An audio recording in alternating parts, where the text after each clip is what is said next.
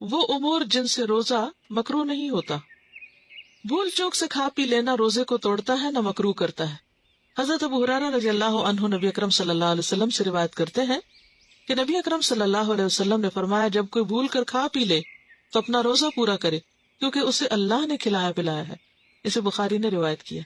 یعنی اب کوئی یہ نہ سوچے کہ اچھا کھا تو چکے تو اور ہی کھا لے، نہیں، جان کے کھانے سے پھر ٹوٹ جائے گا روزہ.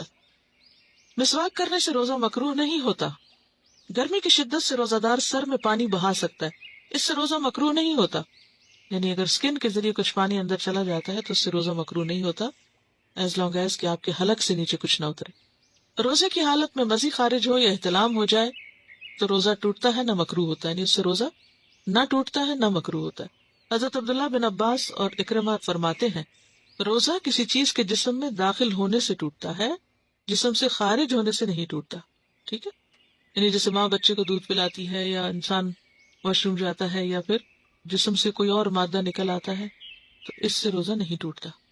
سر میں تیل لگانے، کنگھی کرنے یا آنکھوں میں سرما لگانے سے روزہ مکروہ نہیں ہوتا. ہنڈیا کا ذائقہ چکھنا، تھوک نگلنا اور مکھی کے حلق میں چلے جانے سے روزہ مکروہ نہیں ہوتا. ذائقہ چکھ کے آگے کھانا نہیں، یعنی چکھ کے تھوک دے تو اور بات ہے، لیکن اگر اپنے منہ کی تھوک ہے وہ اگر اندر چلی گئی تو اس سے بھی روزہ نہیں ٹوٹتا.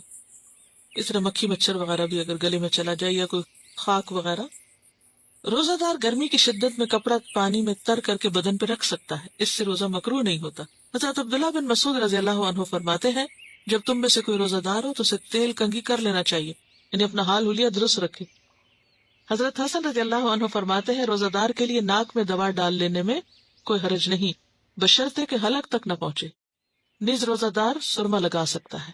عبداللہ بن عباس فرماتے ہیں کہ روزہ دار ہنڈیا یا کسی دوسری چیز کا ذائقہ چکھ لے تو حرج نہیں، اسی لیے ٹوتھ پیسٹ کو بھی منع نہیں کیا جاتا.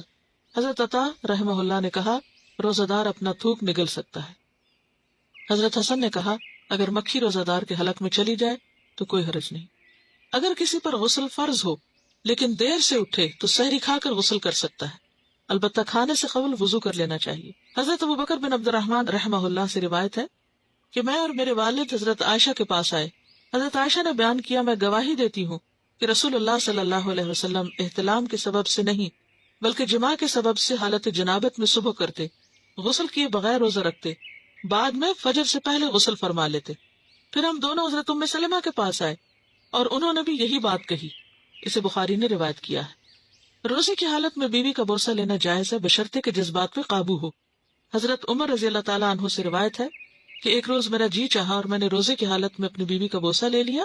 میں نے نبی اکرم صلی اللہ علیہ وسلم کی خدمت میں عرض کیا آج میں نے بڑا غلط کام کیا ہے، روزے کی حالت میں بوسہ لے لیا. رسول اللہ صلی اللہ علیہ وسلم نے فرمایا اچھا بتاؤ اگر تم روزے کی حالت میں کلی کر لو تو پھر؟ میں نے عرض کیا کلی میں کیا حرج ہے؟